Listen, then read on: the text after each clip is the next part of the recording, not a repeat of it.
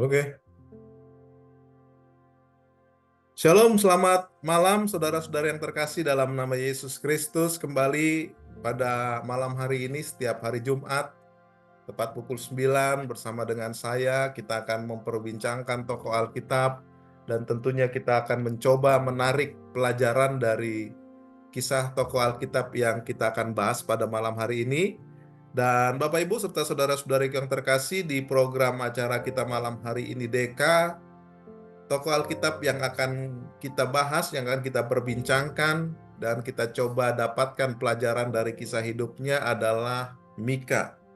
Mika ini adalah seorang nabinya Tuhan, dan dia memiliki satu kitab tersendiri di dalam kitab kita di Perjanjian Lama, yang kitab ini terdiri dari 7 pasal saja, Bapak Ibu saudara-saudariku yang terkasih. Nah, sebelum kita masuk dalam pembahasan kita mengenai profil atau pribadi yang bernama Mika ini, mari saya mengajak kita semua untuk bersatu di dalam doa kita. Kita berdoa. Kami datang kepadamu pada malam hari ini, ya Allah yang hidup. Kami bersyukur buat setiap kemurahan-Mu dan buat hidup yang Kau masih berikan. Kami percaya hidup yang kami ada pada saat ini adalah milik kepunyaan-Mu, dan kami berterima kasih karena kami masih bisa hidup, kami bisa bernafas, dan pada malam hari ini kami masih bisa masuk dalam program acara Deka lagi, dan kami ada pada saat hari ini. Kami akan membahas satu tokoh Alkitab yang bernama Mika, dan kami percaya pribadi ini bukanlah pribadi yang kebetulan. Kalau Tuhan menempatkan dia ada, namanya tercatat dalam Alkitab kami. Kami percaya ada hal baik, ada hal yang dapat kami pelajari dari kisah hidupnya, dan semuanya ini apabila kami aplikasikan pelajaran-pelajaran yang baik yang kami ambil dari kisah pribadi ini, kami percaya dan kami yakin itu akan mendapatkan kami, menjadikan kami menjadi pribadi yang menyenangkan hati-Mu. Biar Engkau berkati kami masing-masing yang mengikuti program acara DK ini, baik itu melalui Facebook, Instagram, YouTube, ataupun TikTok. Dan biarlah ini semua untuk hormat kemuliaan bagi nama-Mu saja ya Bapa. Dalam nama Yesus Kristus kami sudah berucap syukur, dan dalam nama Yesus Kristus kami mulai perbincangan kami pada malam hari ini. Haleluya, amin. Baik saudara-saudariku yang terkasih, sebagaimana kita ketahui program DK ini adalah merupakan sebuah singkatan. DK itu doa, D-nya doa, E-nya itu merupakan kesaksian, dan KA-nya itu tokoh Alkitab. Jadi ada 3 bagian yang saya mengajak kita untuk dapat bersama-sama berinteraksi, yaitu di bagian ketiga-tiganya. Yang pertama mungkin doa. Kalau Bapak Ibu ada pokok-pokok doa yang ingin Bapak Ibu sampaikan untuk kita berdoa bersama-sama di akhir program ini, Bapak Ibu bisa menuliskannya di kolom live chat, baik itu di Facebook, di Instagram, ataupun di YouTube, bahkan di TikTok. Dan di akhir nanti program ini kita akan berdoa bersama-sama, dan juga ada bagian kesaksian. Kalau Bapak Ibu ingin memberikan kesaksian, Bapak Ibu bisa menuliskannya di kolom live chat dan nanti akan saya bacakan. Dan saya percaya setiap kesaksian yang Bapak Ibu berikan tentunya dapat memberikan kekuatan juga, dapat memberikan juga pendalaman kita menjadi pribadi yang menyenangkan hati Tuhan, dan juga tentunya dapat membantu setiap anak-anak Tuhan yang mungkin berada dalam permasalahan yang sama, sehingga kita sama-sama makin saling menguatkan satu dengan yang lainnya. Dan juga di program acara Tokoh Alkitab, bagian Tokoh Alkitab pada malam hari ini, juga tentunya kita akan membahas tokoh Alkitab yang akan kita pelajari, dan juga pelajaran apa yang kita bisa dapatkan dari tokoh ini. Baik, kita akan masuk langsung dalam bagian yang pertama, yaitu mengenai informasi tokoh. Informasi tokoh yang akan kita bahas pada malam hari ini, saudara-saudariku yang terkasih, adalah mengenai Mika. Informasi yang saya akan bagikan buat kita sekalian untuk tokoh yang bernama Mika ini, seorang nabinya Tuhan, adalah ada 4. Yang pertama, arti daripada Mika itu sendiri. Nah, arti daripada Mika ini, saudara-saudariku yang terkasih, artinya adalah siapakah seperti Allah. Jadi kalau ada Bapak Ibu mungkin akan memiliki anak, mungkin istri Bapak Ibu sedang hamil, sedang mencari nama, bingung, mungkin nama Mika ini bisa dijadikan simpanan, dapat dijadikan nanti calon nama, calon anak Bapak Ibu sekalian. Mika yang artinya itu siapakah seperti Allah.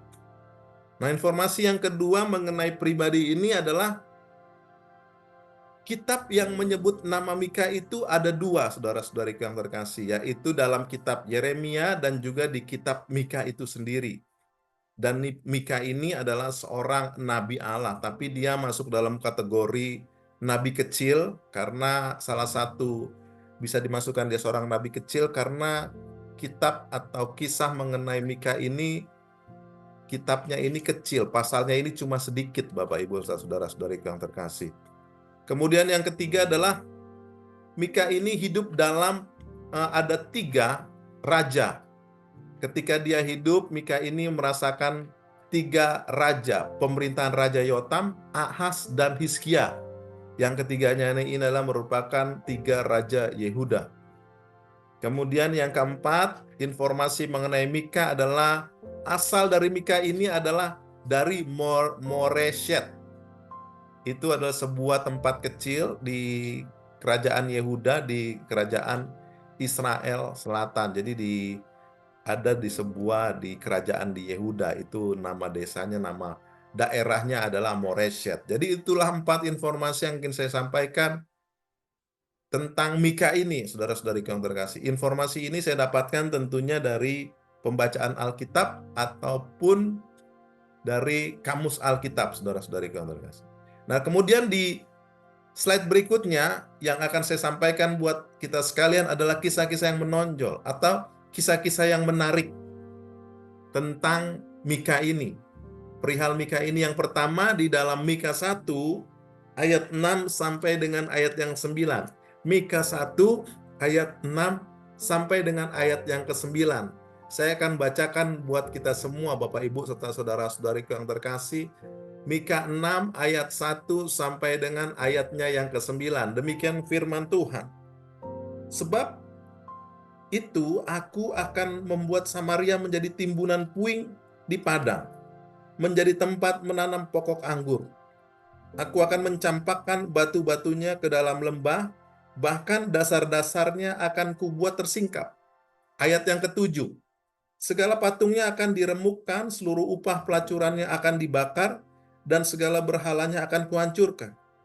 Sebab semuanya dikumpulkan dari upah pelacuran dan akan kembali menjadi upah pelacuran. Ayat 8. Karena itulah aku hendak meratap dan meraung, hendak berjalan dengan bertelanjang kaki dan bertelanjang dada.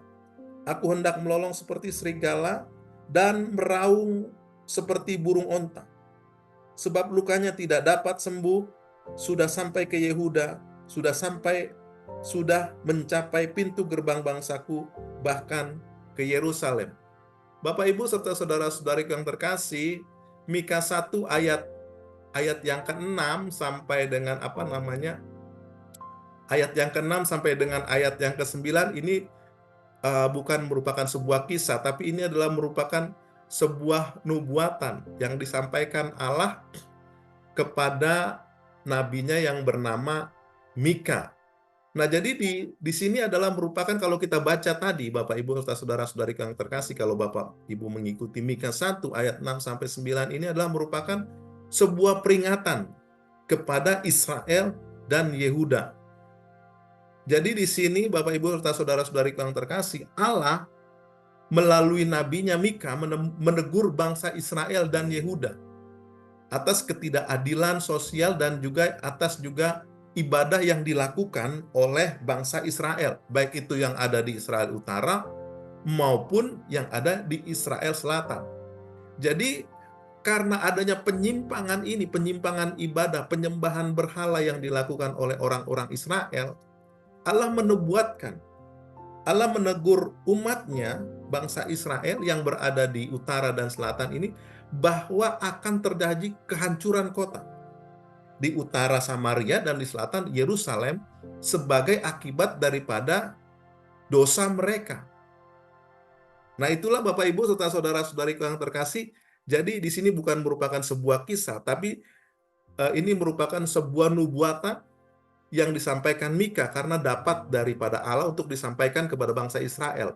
Bahwasanya karena perbuatanmu, penyembahan berhalamu yang kau lakukan, perbuatan-perbuatan keadilan yang tidak adil yang kau lakukan dalam kehidupan orang Israel di utara maupun di selatan, bahwa Allah akan menegur bangsa ini dengan menjadikan kehancuran kota Israel dan juga maksud saya kota Samaria dan juga kota Yerusalem.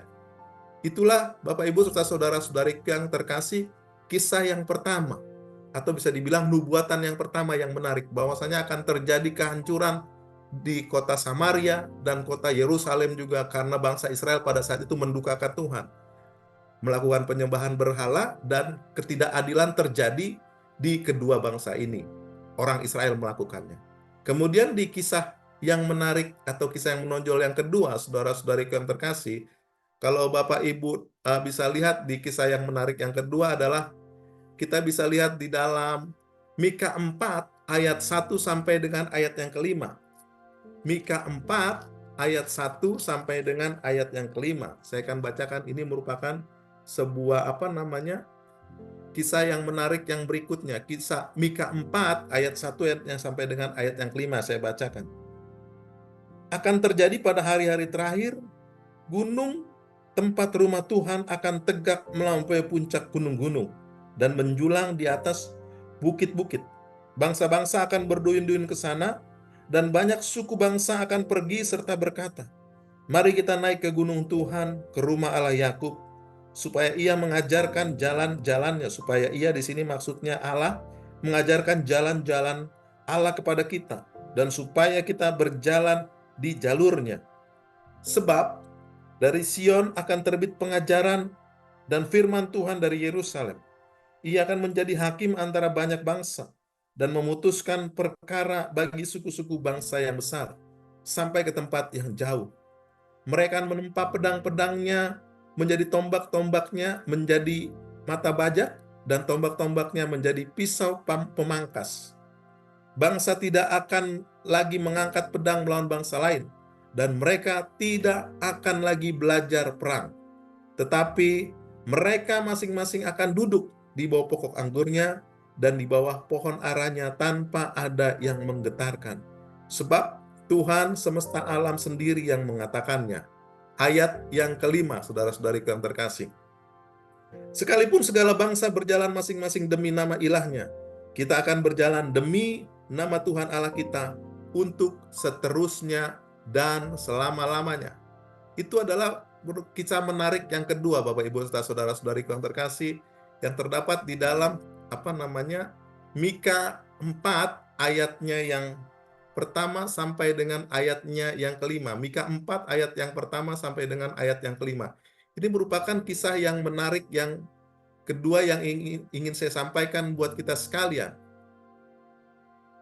Nah, itu saudara-saudariku yang terkasih, kisah yang kedua yang menarik dari Mika 4 ayat yang pertama sampai dengan ayat yang kelima. Ini merupakan sebuah sebuah nubuatan juga, Bapak Ibu serta saudara-saudari yang terkasih, bahwasannya akan ada pemulihan.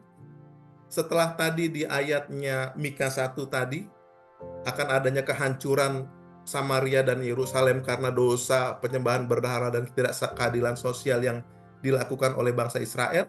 Di Mika 4 ayat 1 sampai dengan ayat kelima ini ada janji, ada pemulihan juga yang diberikan oleh Allah melalui Nabi Mika. Di sini Mika menyampaikan bahwasannya ada masa depan di mana Tuhan akan mengumpulkan umat-umatnya dan akan membangun kembali bangsa Israel. Jadi setelah dinubuatkan akan hancur, di Mika pasal yang keempat, Allah menubuatkan juga bahwasannya akan berdiri kembali, kota Yerusalem akan dibangun kembali oleh Allah. Itu adalah merupakan kisah menarik yang kedua. Kemudian kisah menarik yang ketiga, saudara-saudariku yang terkasih, itu terdapat di dalam Mika 5 ayatnya yang kedua. Mika 5 ayat yang kedua, saya bacakan buat kita sekalian. Mika 5, Bapak Ibu sudah mendapatkannya, Mika 5 ayatnya yang kedua, saudara-saudariku yang terkasih. Sebab itu ia akan membiarkan mereka sampai waktu perempuan yang sedang melahirkan telah melahirkan. Lalu selebihnya dari saudara-saudaranya akan kembali kepada anak Israel. Nah, satu ayat ini Bapak Ibu serta saudara-saudariku yang terkasih adalah merupakan satu ayat nubuatan. Bahwasanya akan lahir seorang pemimpin dari kota Bethlehem yang akan menjadi pemimpin Israel, yaitu Yesus Kristus. Di sini di Mika 5 ayat yang kedua ini bisa dijadikan merupakan sebuah ayat nubuatan bahwasanya akan lahir seorang Mesias di kota Bethlehem. Nah, itu kisah yang menarik, atau bisa dibilang kalau berbicara kitab Mika ini mungkin bukan kisah menarik ya, nubuatan yang menarik yang bisa saya sampaikan mengenai lahirnya seorang Mesias, yaitu Yesus Kristus. Mika 5 ayat yang kedua sudah menubuatkan ini, saudara-saudariku yang terkasih. Kemudian Bapak Ibu, yang slide berikutnya, setelah Mika 5 ayat 2, Mika 6 ayat yang 8. Mika 6 ayat yang 8, saya akan bacakan buat kita sekalian. Firman Tuhan berkata demikian. Hai manusia, telah diberitahukan kepadamu apa yang baik. Apakah yang dituntut Tuhan darimu? Selain berlaku adil, mencintai kesetiaan, dan hidup dengan rendah hati, di hadapan Allah. Itu merupakan nubuatan yang menarik yang berikutnya Bapak Ibu, dari Mika pasalnya yang ke-6 ayatnya yang ke-8. Ini merupakan berbicara mengenai apa, saudara-saudariku yang terkasih? Ini merupakan sebuah nubuatan tentang bagaimana Allah meminta bangsa Israel untuk berlaku adil, mencintai kesetiaan, dan hidup dengan rendah hati di hadapan Allah. Jadi Allah mau bangsa Israel itu menjadi orang-orang yang hidup dengan rendah hati, berlaku adil, dan mencintai keadilan. Setelah sebelumnya dia menyampaikan nubuatan akan kehancuran, kemudian juga akan adanya perbaikan, pemulihan. Sekarang Tuhan menyatakan kerinduannya untuk agar orang Israel itu menjadi pribadi yang baik, yang berlaku adil, mencintai kesetiaan, dan hidup dengan rendah hati di hadapan Allah. Nah, itu Mika 6 ayat yang ke-8. Kemudian di kisah yang menarik berikutnya, Bapak Ibu serta saudara-saudariku yang terkasih, maksud saya itu adalah 4 kisah yang menarik yang saya bagikan buat kita sekalian. Mika 5 ayat 2, setelah setelah yang pertama tadi, nubuatan yang menarik itu bahwasanya bangsa Israel, ya baik itu yang di utara maupun yang selatan, akan dihancurkan Allah. Kemudian di Mika 4 ayat 1 sampai dengan ayat yang kelima itu berisi bahwasanya akan ada pemulihan nanti. Dan di Mika 5 ayat yang kedua di situ akan dinubuatkan bahwasanya akan lahir seorang Mesias di kota Bethlehem. Dan di Mika yang terakhir, kisah yang menarik atau nubuatan yang menarik yang terakhir, yaitu Mika 6 ayat 8, adalah merupakan sebuah kerinduan Tuhan, keinginan Tuhan agar umat Israel itu menjadi pribadi yang berlaku adil, mencintai kesetiaan, dan hidup yang rendah hati. Itu adalah merupakan kisah-kisah yang menarik. Ada 4 Bapak Ibu, saudara-saudariku yang terkasih, kisah yang menarik atau berbicara di Mika ini, mengenai Nabi Mika ini tentunya tidak mencatat kesehariannya atau peristiwa-peristiwanya, tapi menyampaikan nubuatan-nubuatan yang disampaikan Allah melalui Nabi Mika bagi umat pilihannya, bangsa Israel. Nah, kita akan masuk dalam slide berikutnya Bapak Ibu, mengenai sifat atau karakter daripada Mika. Nah, kita melihat saya mencoba memberikan 4 sifat atau karakter daripada Mika. Yang pertama, Mika ini bagi saya, Bapak Ibu serta saudara-saudariku yang terkasih, adalah pribadi yang berani dan tegas. Nah, kalau Bapak Ibu bisa lihat nanti di Mika 3 ayat 1 sampai 12 itu terlihat sekali Mika ini berani dan tegas dengan dia tidak ragu-ragu menegur orang-orang berkuasa. Apakah itu pemimpin atau pemimpin raja, maksudnya pemimpin orang-orang yang dalam kerajaan, atau pemimpin rohani, dalam hal ini imam, dan juga bahkan menegur nabi-nabi palsu. Nah, bagi saya itu merupakan satu sifat atau karakter daripada Mika.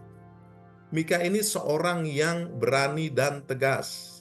Nah, karena dia berani menegur pemimpinnya, raja, bahkan imam-imam juga dia berani dia tegur imam-imam, bahkan juga demikian dengan nabi-nabi palsu pun berani ditegur oleh Mika ini. Jadi dia seorang berani dan tegas. Kemudian yang kedua, bagi saya ini Mika memiliki sifat atau karakter yang visioner, memiliki misi, memiliki visi, maksud saya Bapak Ibu serta saudara-saudari yang terkasih. Dia memiliki visi di mana Allah menyampaikan visi-visinya kepada dia. Nah, Mika ini seorang yang visioner. Dia menubuatkan, kalau kita lihat tadi, dia bisa menubuatkan bagaimana keselamatan dan kedamaian yang akan terjadi bagi bangsa Israel di masa depan. Juga kehadiran seorang pemimpin, seorang Mesias bagi bangsa Israel yang akan hadir di kota Bethlehem. Jadi ini merupakan, buat saya ini, Mika, walaupun ini adalah merupakan nubuatan dari Allah, tapi saya percaya Mika memiliki karakter ini juga, visioner. Oleh karenanya lah, dia dipilih Allah untuk menyampaikan visi-visi Allah juga melalui dia. Kemudian bagi saya Mika ini adalah seorang yang setia kepada panggilan, saudara-saudari yang terkasih. Selain daripada berani dan tegas, selain daripada visioner, yang ketiga ini setia kepada panggilan, Bapak Ibu. Nah, karena di situ saya lihat bahwasannya Mika ini, mengapa saya katakan setia kepada panggilan, karena walau bagaimanapun apapun yang dia hadapi, Mika ini, Bapak Ibu, saudara-saudari yang terkasih, berani menghadapi tantangan besar. Walaupun dia harus menghadapi pemimpin pemerintahan, imam-imam kepala, bahkan nabi-nabi palsu sekalipun, kalau menurut dia ini benar dan ini adalah merupakan panggilan dari Allah yang sudah lakukan, Mika itu berani menghadapinya, bahkan dia setia dengan tegas untuk menyampaikan pesan Tuhan itu dengan tegas dan jelas. Itu yang ketiga. Dan yang keempat, bagi saya Mika itu peduli kepada sesama.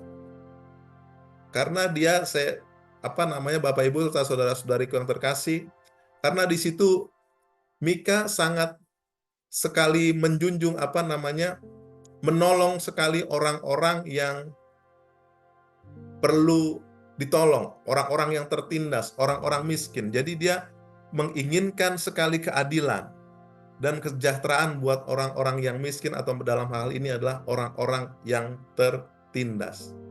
Jadi itu adalah 4 karakter yang menurut saya bisa saya ambil untuk pribadi yang bernama Mika ini, saudara-saudari yang terkasih. Nah, untuk yang selanjutnya Bapak Ibu, kira-kira bagian yang terakhir dari pelajaran kita, maksud saya pembahasan kita mengenai tokoh Alkitab kita. Pelajaran apa yang kita bisa dapatkan dari Mika ini, saudara-saudari yang terkasih? Setidaknya Bapak Ibu serta saudara-saudari yang terkasih, ada 3 pelajaran yang saya berikan buat kita sekalian pada malam hari ini sehubungan dengan tokoh Mika ini, Bapak Ibu serta saudara-saudari yang terkasih. Yaitu yang pertama, kita dipanggil untuk menjadi agen perubahan di dunia ini. Sekali lagi, kita dipanggil untuk menjadi agen perubahan di dunia ini, Bapak Ibu saudara-saudara yang terkasih. Kehidupan dunia ini, saudara-saudari yang terkasih, banyak sekali hal-hal yang kita lihat di luar sana, banyak hal-hal yang tidak menyenangkan hati Tuhan. Perbuatan-perbuatan kejahatan-kejahatan, orang saling tidak mengasihi satu dengan yang lainnya, atau orang jadi memiliki prioritas utamanya bukan Allah. Itu hal-hal yang sering kita dapatkan di luar sana, yang kita alami di luar sana, Bapak Ibu. Namun, kita sebagai pribadi yang mengenal Yesus Kristus, yang adalah anak Allah yang hidup, yang dimana Dia pribadi yang dalam kesehariannya itu menyukakan hati Tuhan. Kita juga harus menjadi seperti Dia. Kita walaupun dunia ini hancur, dunia ini menjalani kehidupannya dengan tidak benar, tapi kita jangan menjadi pribadi yang tidak menyenangkan hati Tuhan. Biarlah kita bisa menjadi agen-agen perubahan di dunia ini. Kita dipanggil untuk tidak menjadi serupa dengan dunia ini. Kita harus bisa memberikan warna yang baru, warna yang berbeda, Bapak Ibu saudara-saudariku yang terkasih.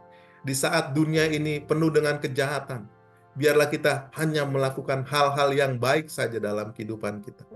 Di mana orang makin lama makin tidak memperhatikan satu dengan yang lainnya. Biarlah kita menjadi pribadi lepas pribadi yang bisa memperhatikan, saling mengasihi satu dengan yang lainnya. Dan itulah pelajaran yang kita bisa dapatkan, pelajaran yang pertama. Biarlah kita bisa menjadi agen perubahannya Tuhan. Belajar dari Mika, di mana Bapak Ibu saudara-saudari yang terkasih, pada saat itu bangsa Israel hidupnya sangat tidak menyenangkan hati Tuhan. Baik itu terhadap sesama maupun dalam kehidupan beragama. Nah, pelajaran yang pertama itu yang dapat saya berikan buat kita sekalian. Kemudian, pelajaran yang kedua, mengasihi dan peduli kepada sesama. Biarlah kita belajar dari Mika ini.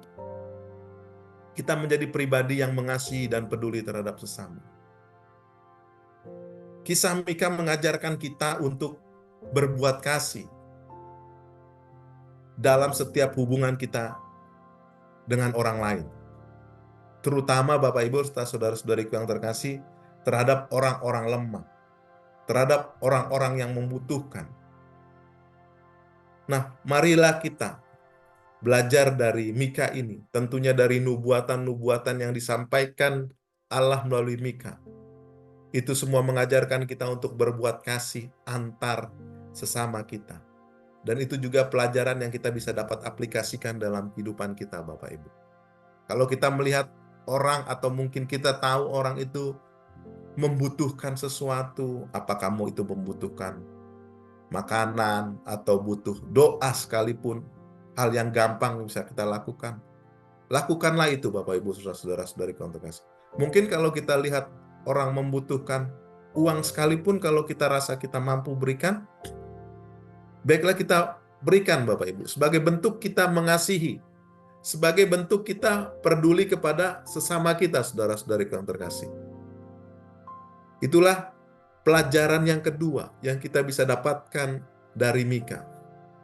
Dan kemudian pelajaran yang terakhir, pelajaran yang ketiga yang kita bisa dapatkan dari tokoh kita pada malam hari ini, Mika, yaitu hidup menjadi pribadi yang adil, mencintai kesetiaan, dan hidup rendah hati di hadapan Tuhan.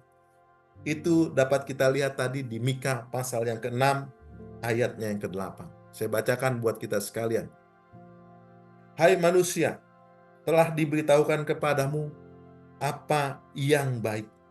Apakah yang dituntut Tuhan daripadamu? Selain berlaku adil, mencintai kesetiaan, dan hidup dengan rendah hati di hadapan. Jadi ini adalah 3 hal, 3 bagian, 3 hal yang dituntut Allah untuk kita lakukan dalam keseharian kita sehari-hari.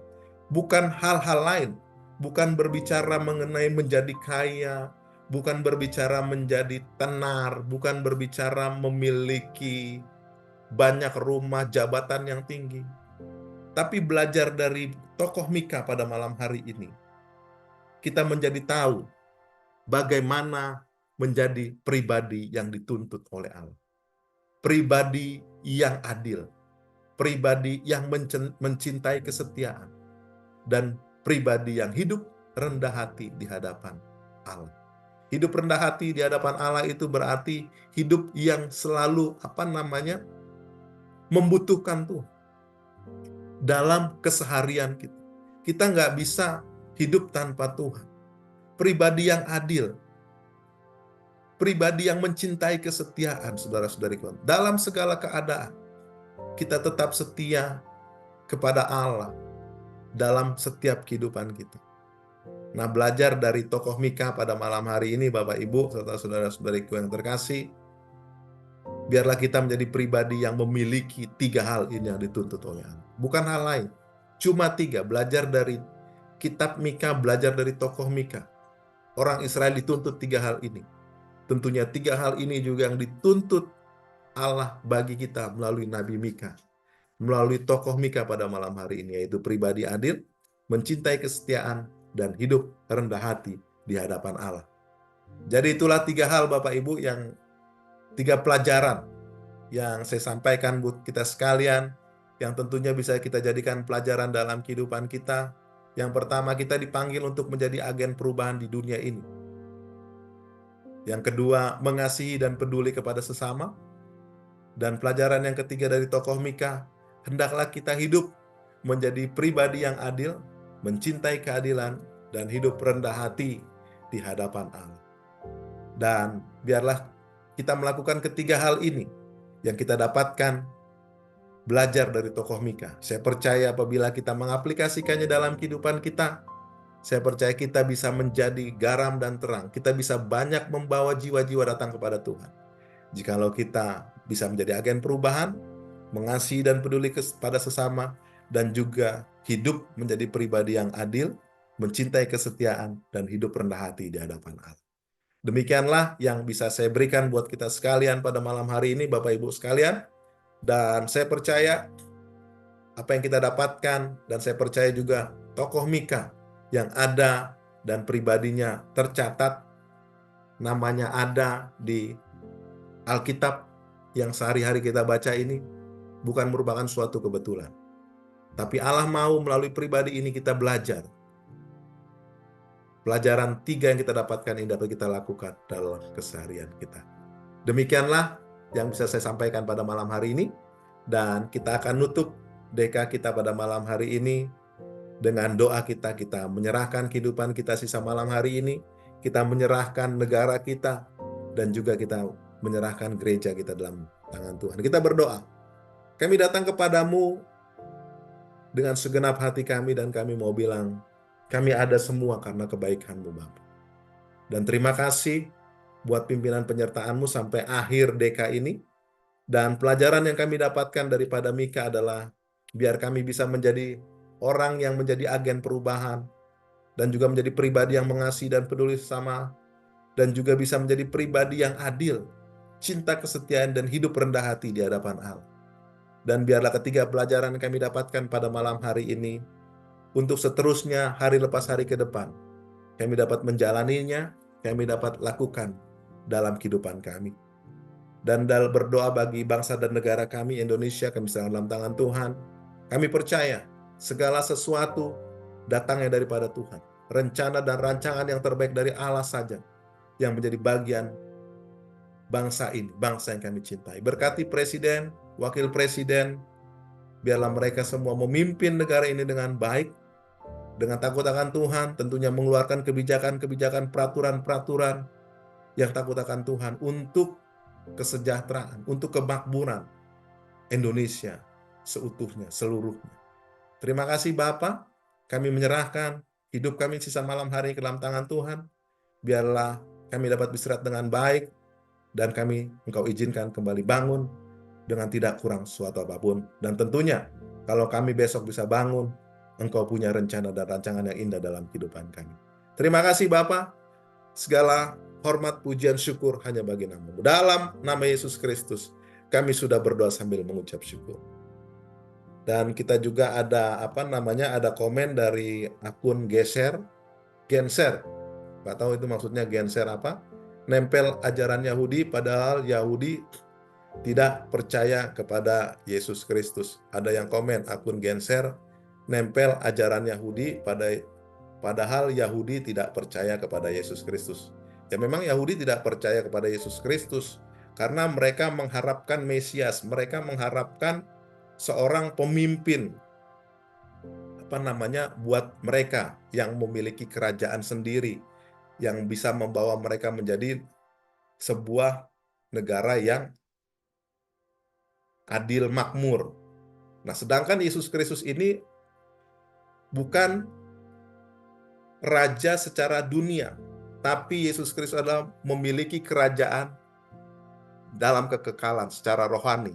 Jadi berbeda maksud dan tujuannya. Jadi sampai kapanpun Yahudi tidak akan percaya kepada Yesus Kristus karena mereka mengharapkan raja atau pemimpin mereka yang ada di dunia ini. Nah itulah makanya sampai kapanpun Yahudi tidak akan percaya kepada Yesus Kristus. Demikian menanggapi komen daripada akun Genser pada malam hari ini buat kita sekalian. Dan kita akan akhiri podcast kita pada malam hari ini. Selamat malam, selamat beristirahat. Tuhan memberkati, dan semua yang baik daripada Allah itu akan menjadi bagian kehidupan kita. Haleluya. Amin.